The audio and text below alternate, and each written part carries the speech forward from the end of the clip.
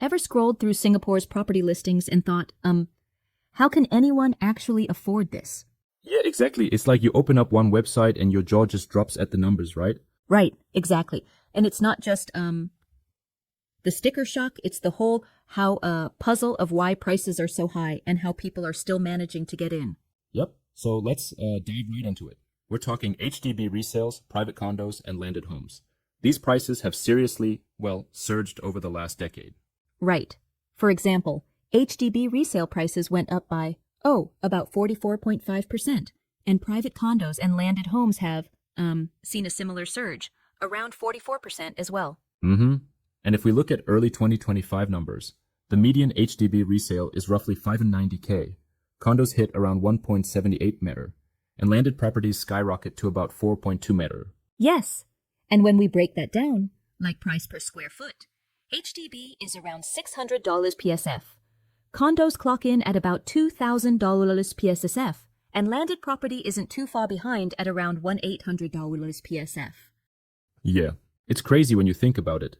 Such numbers that feel, overwhelming. But obviously, there's more beneath that surface. Absolutely. I mean, these figures, while daunting at first glance, don't tell the full story. There's a whole host of factors that drive these prices up. Right, so let's break that down. What are the big reasons behind these high property prices? There are like 5 major ones. First up, land scarcity, right? Singapore is, really tiny, just 50 kilometer wide, so there's a very limited supply of land. A classic supply and demand issue. Limited land means the available real estate really, jostles for attention. Exactly. Next is population pressure. Despite low birth rates, we're drawing in skilled expats and top talent, so more people mean more demand for property. True. It's like the city keeps growing, not just in numbers, but in dreams and aspirations too. Right. And then there's strong local finances. High education levels, dual incomes, and let's not forget CPF savings, they really give Singaporeans more purchasing power than you might expect. Yeah, that part always amazes me. But I do wonder, isn't it also a bit of a double-edged sword? I mean, while dual incomes boost buying power, they also push demand up even more. That's a good point.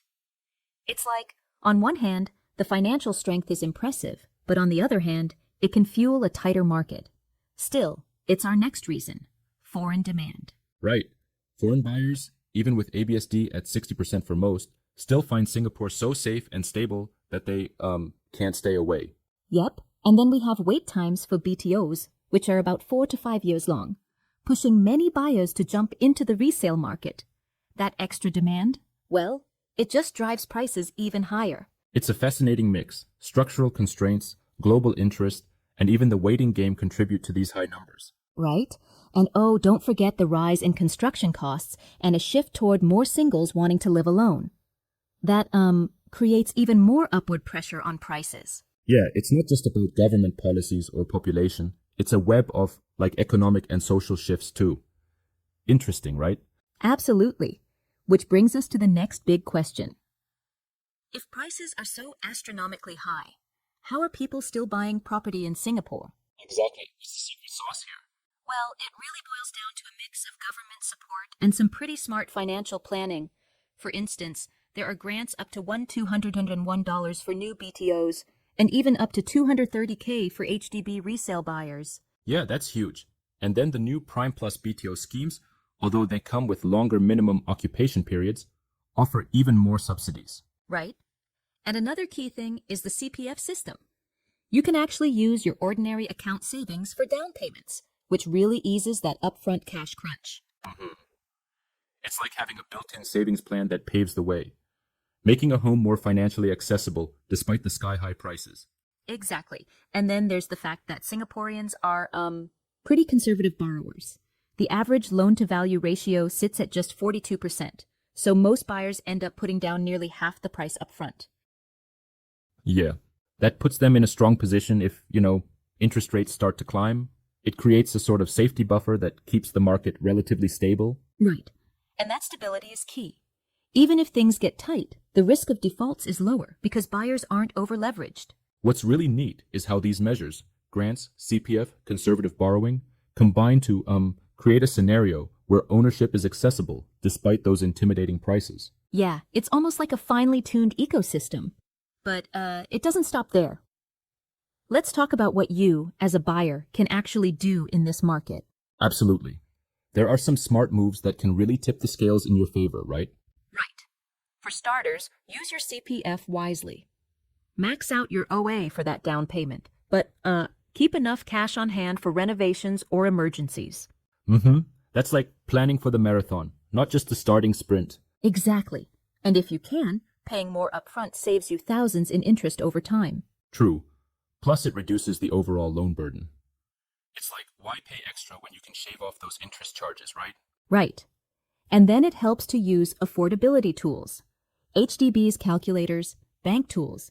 These help you really run the numbers instead of guessing. Yeah, because when you're dealing with figures at those levels, even a small miscalculation can have huge consequences. Exactly. And finally, pick the right property for your actual needs and goals, not just chasing hype or, what's trendy. Fair enough. It's easy to get caught up in the shine of a property, but you've got to keep your eyes on your long-term objectives. Absolutely. Now, a question that often pops up is there a bubble looming? What do you think? Well, if we look at the data, rents have actually been growing faster than the prices.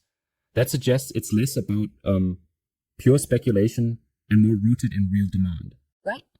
And coupled with low unemployment, a robust GDP, and responsible lending practices, it seems like Singapore's property market is managed more like a well-oiled machine than a ticking time bomb. True. But I do sometimes wonder if all these layers of support might mask some underlying volatility in the future. What do you think? That's a fair point. However, the conservative borrowing and, the careful government interventions tend to keep any major instability at bay. Yeah, I see. So it's a balance between support and caution, which is reassuring for many. Exactly. And just to wrap it up, even though property in Singapore is undeniably expensive, with the right planning and by leveraging all these financial tools, home ownership is still within reach. Yeah, it all comes down to understanding the full picture and making informed decisions instead of just succumbing to sticker shock. Right on. Whether you're a first-time buyer or, upgrading your living situation, it's all about playing it smart. Using CPF, knowing the market cycles, and staying on top of financing policies. Absolutely. And for anyone still, feeling a bit overwhelmed about where to start, there's always personalized advice available. Just reach out for that clarity and confidence. Exactly. If you're unsure where to take your next step, remember to, contact the advisors at 8181-0258 or DM on Instagram arthysis.mikechin. That's right. Knowledge is power, and a little guidance can make all the difference. Well, that's a wrap for today's deep dive into Singapore's property landscape. Stay savvy, make those smart moves, and keep your financial goals sharp. Absolutely. Thanks for tuning in, everyone. Until next time, keep exploring and planning your future home with confidence.